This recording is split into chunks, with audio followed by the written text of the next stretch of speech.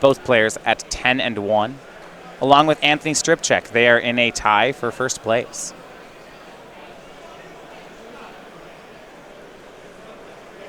Anthony has the pair down this round, playing against a 9 and 2 player.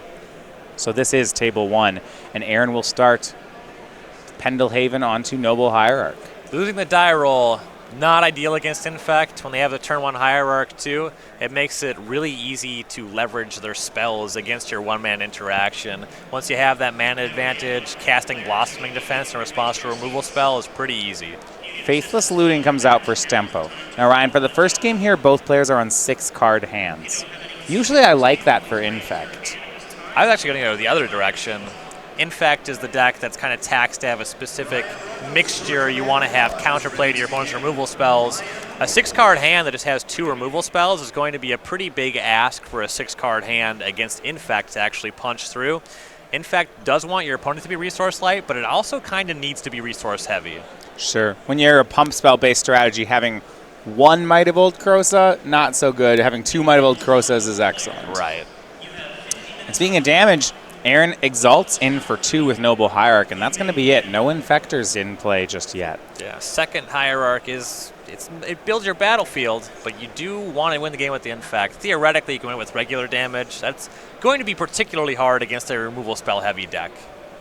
And talked about this being a key card to the matchup. Joseph on turn 2 is going to flash back a copy of Lingering Souls that he discarded off that first looting. 2 1/1 blockers will enter on in. Once the Infect player has Noble Hierarch, the Lingering Souls do get a fair amount worse. Barich here with 2 Hierarchs on the table can punch through the Souls relatively easily. And that's what he'll do, but I still think there's pressure on Aaron to... These threats aren't going to win the game. There's going to be pressure on him to produce a real threat. Stempo takes a hit. Mutagenic Growth was the draw for Aaron. He just passes the turn. Ryan, to me it looks like Aaron's hand has some awkwardness to it. I think he's drawn his second copy of Pendelhaven as well. Yikes. And Pendelhaven does nothing on the 0/1 Noble Hierarchs. This draws Distortion Strike. Yeah, there's second Pendelhaven, 2 Vines of Vastwood, Mutagenic Growth, Distortion Strike. It's an unplayable land and 3 pump spells, but none of the big pump spells. Stempo is down to 14. So, yeah, we can look at that. And the Lingering Souls, the Distortion Strike is the card that punches through that very effectively. You do need to be mindful of Stempo having some kind of removal spell in response, but if you get enough interactive spells, pump spells in your hand, it gets very easy to fade Lightning Bolt, and there's fewer copies of Fatal Push in the Pyromancer deck, and if you have a Blossoming Defense, Vines of the Vastwood, you can get through that anyway. Right, so Distortion Strike can push a Noble Hierarch through. It actually, and this is really, really cute, allows Aaron to use Pendelhaven. Yeah, +1/+0, so it's a 1/1. Yeah, it can start out on a Noble Hierarch. It's pretty adorable. Yeah. I had not seen that interaction before. Let's see if Aaron's going to go for it. I hope so. I think he's going to go for some regular damage. 1-0. See if he does the Pendelhaven trick. Come on, now it's a 1-1. Boo. Boo. And actually, if you counter Distortion Strike on the first resolution, it's a doubly good play here. Rebound's not going to happen. Right. So the removal spell in response would stop both sides of this. Yeah. But I believe Barich is hanging out with the Vines of the Vastwood. No, then we can't Pendelhaven it. That is a bummer. I wanted to see it. Yeah, you're right. Here is Fatal Push, and Aaron will kick Vines of Vastwood. So, basically gives the creature hexproof. Noble Hierarch up to a 4/5, now a 5/5. Now can exalt to a 7. Ooh, and the second Pendelhaven. Oh, he'll cast Groundswell. So 7/7, that's up to 11, 13. Joseph's at 13 because he cracked a fetch land. Yikes. Oh, huh. You said this was a bad hand. Huh. Huh. That one Distortion Strike, it is so important in so many spots. You don't want to play too many copies, but you see right there, that's why you register the 1. You know, I have something. I've never seen Distortion Strike rebound. Because that always happens. Yeah, they just die. They just die. Yeah, there's not a +2/+0 version, though. So you just kind of have to play I like one. how Aaron actually only had 13 points of pump, even if everything went right. And he's like, I need Joseph to crack this fetch land. Otherwise, I don't have him. Yeah, you would have got him next turn. Well played, Aaron Barich, up 1-0 here over Joseph Stempo. We're going to take a look at the sideboards when we come back in just a minute.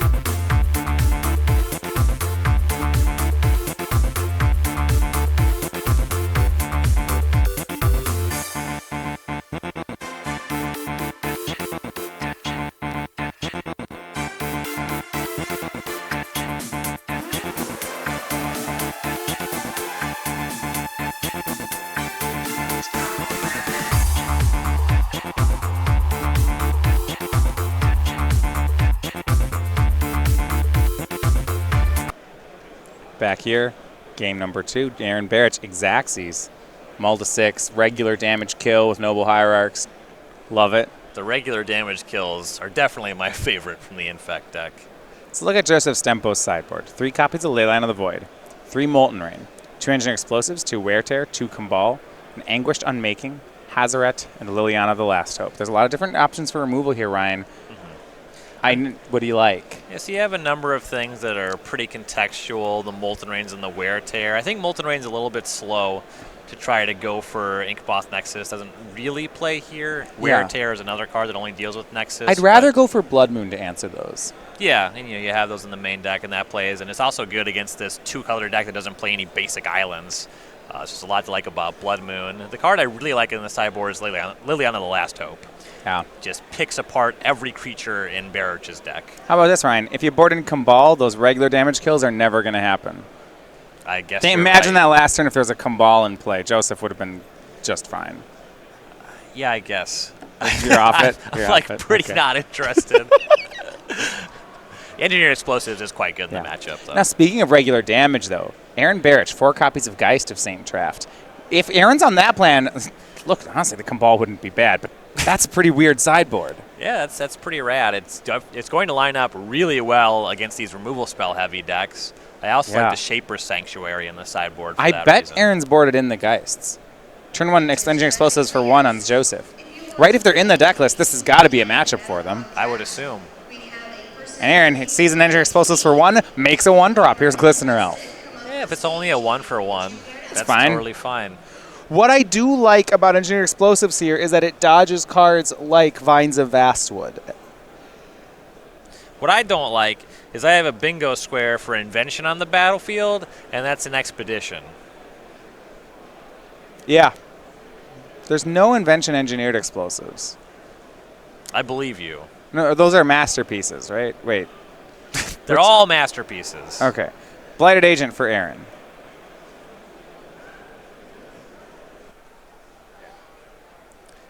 Pretty reasonable chance that Stempo just sacrifices the explosives on end step here.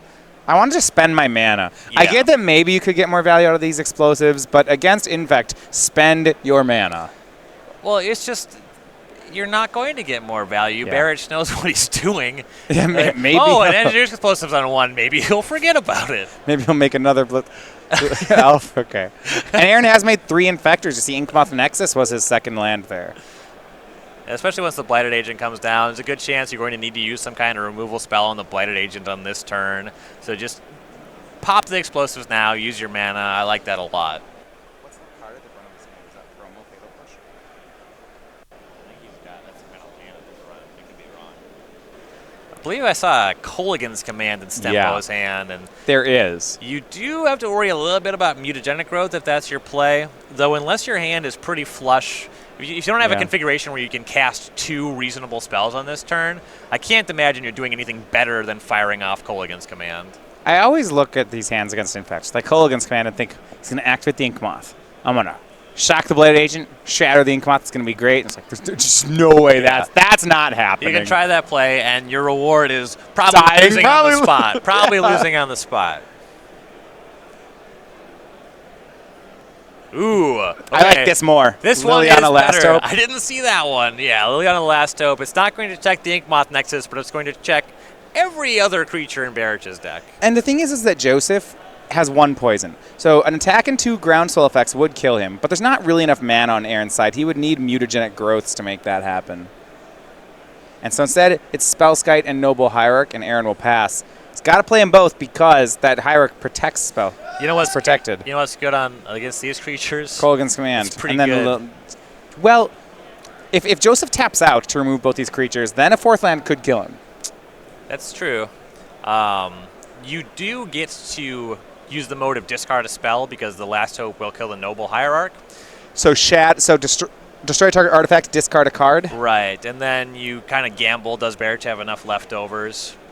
Yeah, he would need a land 4 and 2 4-point pump spells. Mm-hmm. It's a lot to ask. It's not impossible. There is Become Immense we see at the front of Aaron's hand. Yeah, that one does not need too much help to make a creature lethal. In fact, it's scary. Yeah, absolutely.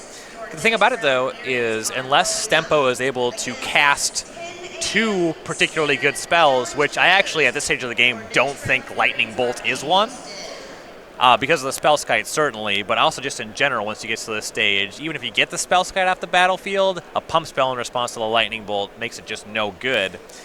So you really want to have like a Fatal Push as the only real reasonable alternative to firing off something like Pull Against Command. I believe there's a young Pyromancer sitting at the front of Stempo's hand here. That plus Lightning Bolt right now could be reasonable.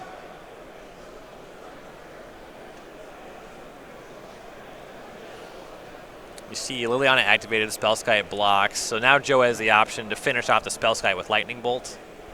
Okay. Yeah, Pyromancer.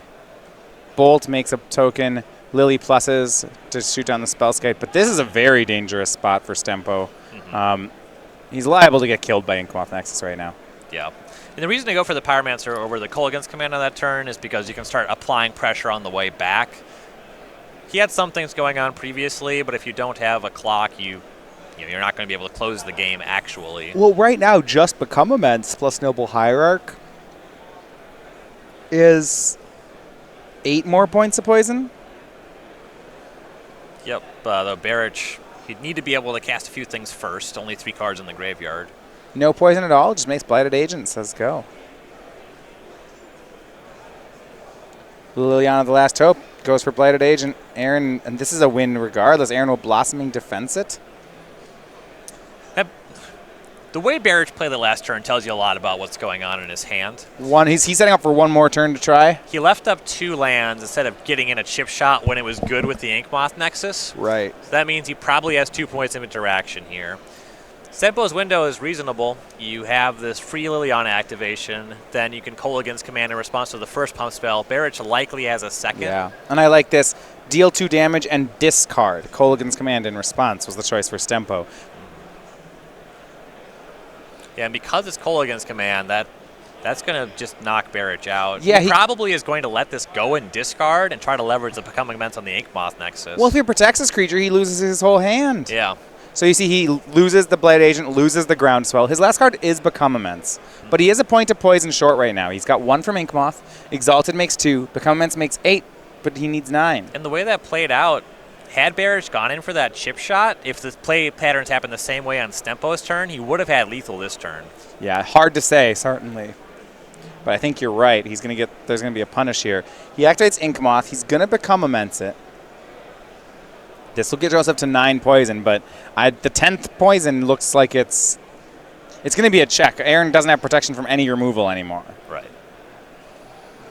So, Stempo down to 3 cards in hand. He's been taking some time thinking about his turns. They've involved casting 3-mana spells. A lot of that's not very good against the Inkmoth Nexus in the first place, and then a top deck can blank something like that as well. Like Aaron reaches over, adjusts his poison to 9, says, oh yeah, get it out. Lingering Souls. That one's really good. We're looking now for Distortion Strike or Apostle's Blessing on Aaron's side, and that's about it. Yep.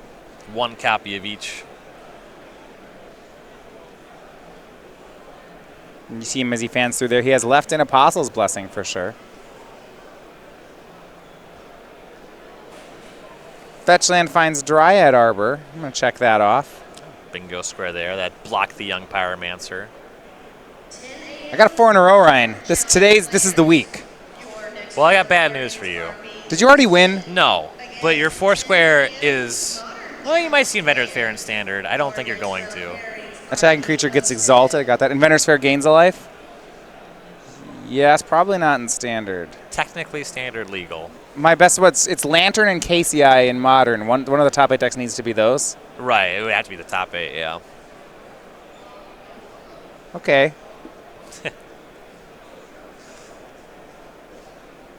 -2 from Joseph. Finds the young Pyromancer. He's got Aaron to 8. He's at 9 poison. Yeah. Barich's drawing to just such a small number of outs in the deck because of those lingering souls. Typically, you'd have a potential run of draws that involve Blighted Agent, but the Liliana the Last Hope checks that very effectively. Draft number 5, Wesley Shaw, Michael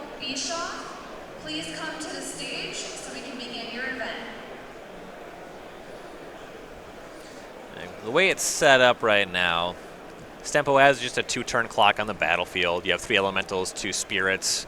Gets the player at 8. You want to make sure you leave enough spirits back, though you generally wouldn't expect a removal spell. It's possible that Barich has a Dismember, but it's very unlikely, and your attacks, Barich doesn't have any black mana. He won't be able to pay the life. I wouldn't really expect a gut shot or anything like that. More souls for Stempo. They don't. That's not going to make a huge difference. Fetches down to 13. Aaron's just on those few outs.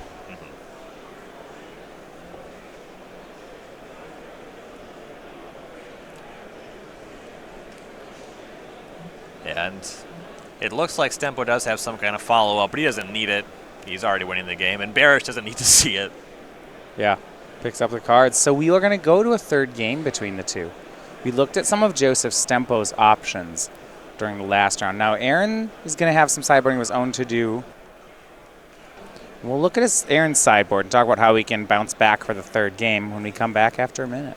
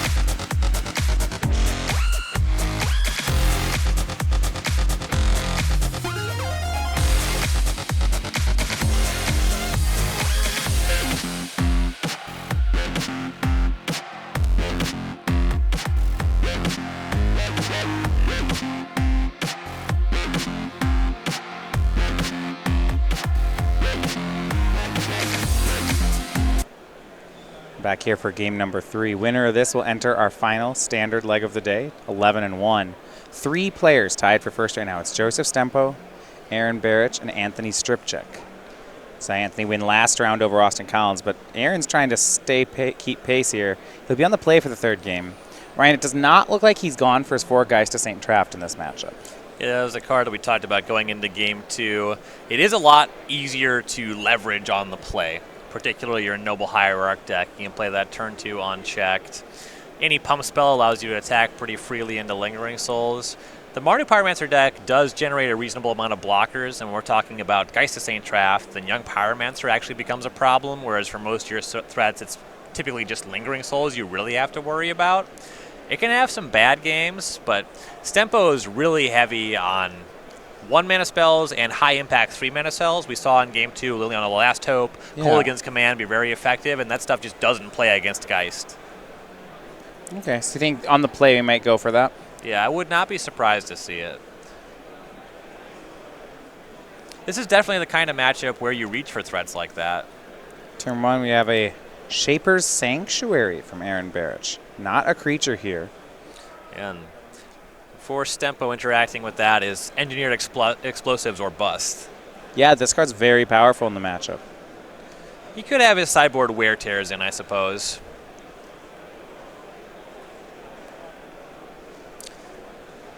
Yeah.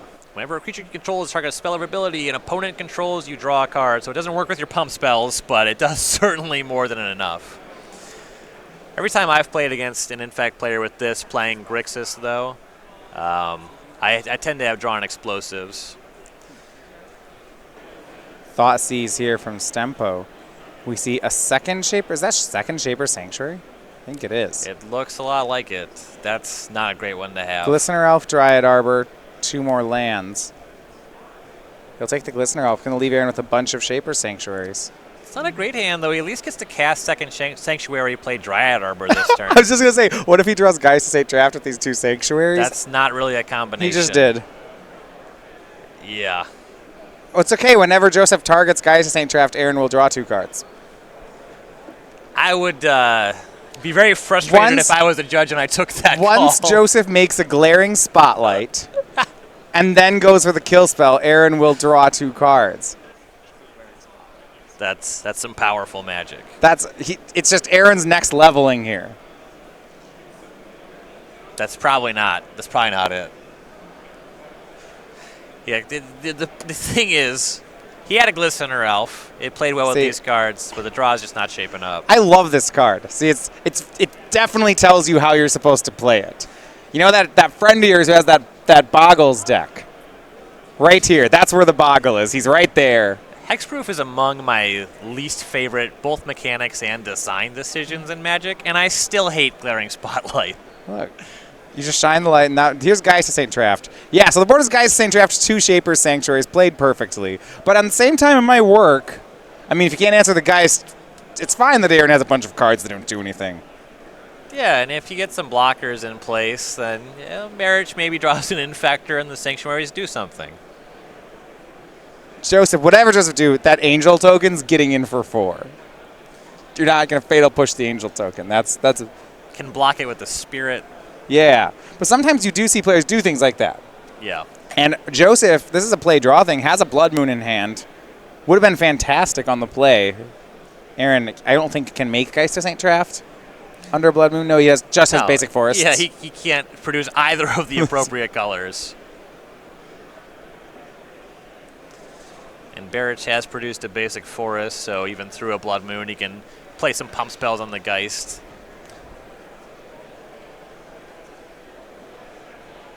Lingering Souls for Stempo. That's a great way to answer Geist to St. Draft. Blossoming Defense, the draw for Barich. However, it gives him 1 attack into half of a Lingering Souls. He'll attack. Make an Angel token. Here's 6 damage in. Pretty appealing double block for Stempo. At this point, pretty unlikely to just die on this turn, and I think he still knows that Barich at least has that Dryad Arbor in hand, so it can at most be 2 pump spells from 6. I guess it could be a +4 into Blossoming Defense. He seems to have the resources for that. But it's still, at this juncture, just makes a lot of sense to go for the double block on the Geist. Yeah, the only way, so taking 6, the only way you could take 10 more is if there was a 4 and a Blossoming and a Become Immense. Right.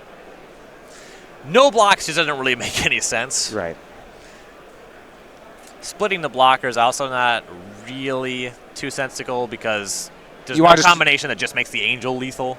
You want to just, so the question is, you either put 2 spirits on the Geist or 1 spirit on the Angel? Right. Pretty sure 2 spirits on the Geist makes the most sense. No blocks is an option, and then on the following turn, you can have even more blockers, just shove a bunch of stuff in front of the Geist. Though I think that just works out worse than trying to double block it on consecutive turns. He'll go with a double block on the Geist. This should force upon himself from Aaron, and it does. Blossoming Defense. Stempo takes 4, drops down to 12.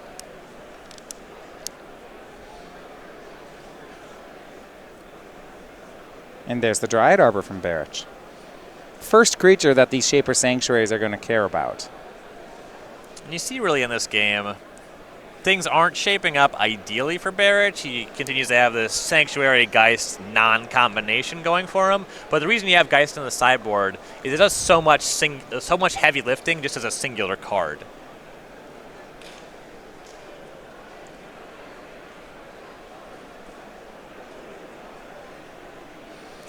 So on this turn, Stempo has the option. He can flash back the Lingering Souls, represent that double block again on the following turn. He could go for this Blood Moon. It would make Barich's mana worse. Yeah. That does not seem particularly appealing to me, though. I don't mind the Blood Moon at some point here. It feels early. Yeah. If you could say Flashback Souls and make Blood Moon this turn, Blood Moon would sound great. The thing about it, too, is that the double block on the Lingering Souls gets a lot worse going forward. If the Geist comes in on this turn, you try the double block, it doesn't work, an Angel connects for 4, and you're in territory where a lot of just one card plus Angel becomes lethal on you. Right. So it's a lot harder to navigate those games.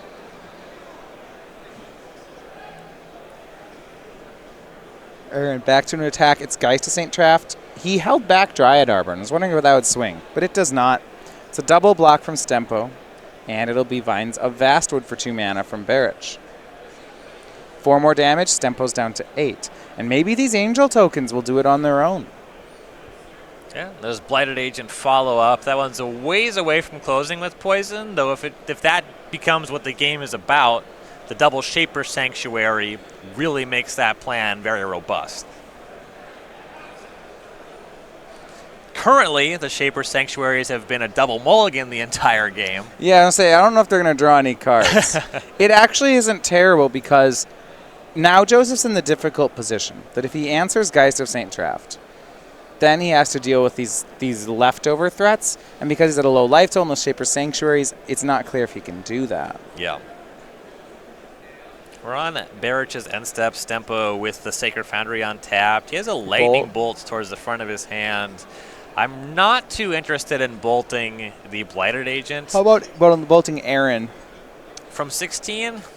I don't want to bolt his creatures. Putting it in the graveyard can matter for the Pyromancer deck because you're discounting your Bedlam Reveler going down the line. I just don't want to point it anywhere else, ever. So is that too wild to suggest that he might throw it upstairs? Yeah, you can't take that mana with you. It's a weird play for sure. He's quite a ways off a Bedlam Reveler. Currently just Thoughtseize in the graveyard. Yeah. And Joseph ends up taking what I think is the most consistent line, which is just to wait and see. Draws Young Pyromancer for the turn. And that does reward you a little bit for hanging on to the Lightning Bolt. It really does. Pyromancer, another possible blocker for Geist to St. Traft. He can keep blocking it. What's actually going to become an issue are these 4/4 Angels. He's gone from 16 to 8 off them already. 2 more hits will kill him. Yeah, the Angel's a problem, and then if Stempo stabilizes the battlefield, he does need to inevitably point something at the Blighted Agent. Barich gets to draw 2 cards. It becomes easier to rebuild from there. And a big cost here, Ryan. Joseph goes to 6 on his mana that turn.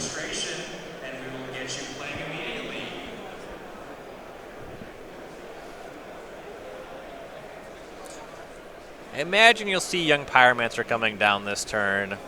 Depending on how combat shapes up, if Barich does anything pre-combat, very likely you see like Lightning Bolt go upstairs.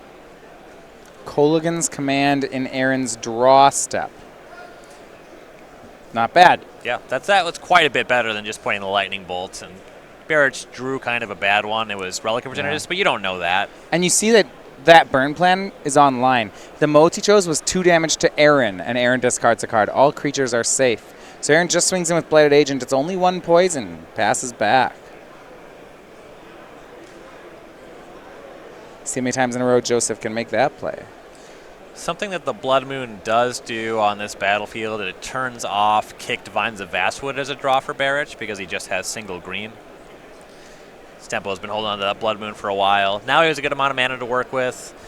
Outside of that Lightning Bolt, I don't know how much else he really has that he can commit. Liliana, the last hope. Joseph's clawing back. -2. Is there a creature in the graveyard? There is not. And these Shaper Sanctuaries now, despite the fact they haven't drawn cards, they've done a lot of work. We've seen a Colgan's Command sent upstairs and a Liliana, the last hope, that's not shooting a creature. And all that's because of the Sanctuaries. Right. Yeah, they haven't done much. They've looked pretty bad, but they have allowed it so if things go wrong, Barich has that route. Ryan, to get back we might in. just have seen the end of the game. Distortion Strike off the top for Barich. Joseph left Aaron with that blue mana, and he's paying the price for it. Here's 3 unblockable and 4 in the air. Yeah, and those Spirit Tokens, they're not around anymore. There's no blockers for any of this. Joseph's got to have something. Got to have a Fatal Push for the Angel, but even that doesn't feel good. And then the Distortion Strike just gets you on the way back. The Geist comes in for 3 again next turn. Well, he bolts the Dryad Arbor, but this doesn't matter yet. He's going to be... Yeah, he's got nothing, and there's the extension of the hand. Aaron Barich on Infect is going to take it 2-1. That Geist-Saint trapped out of the sideboard, a 4 of in his Infect deck, caught Joseph off guard, and Aaron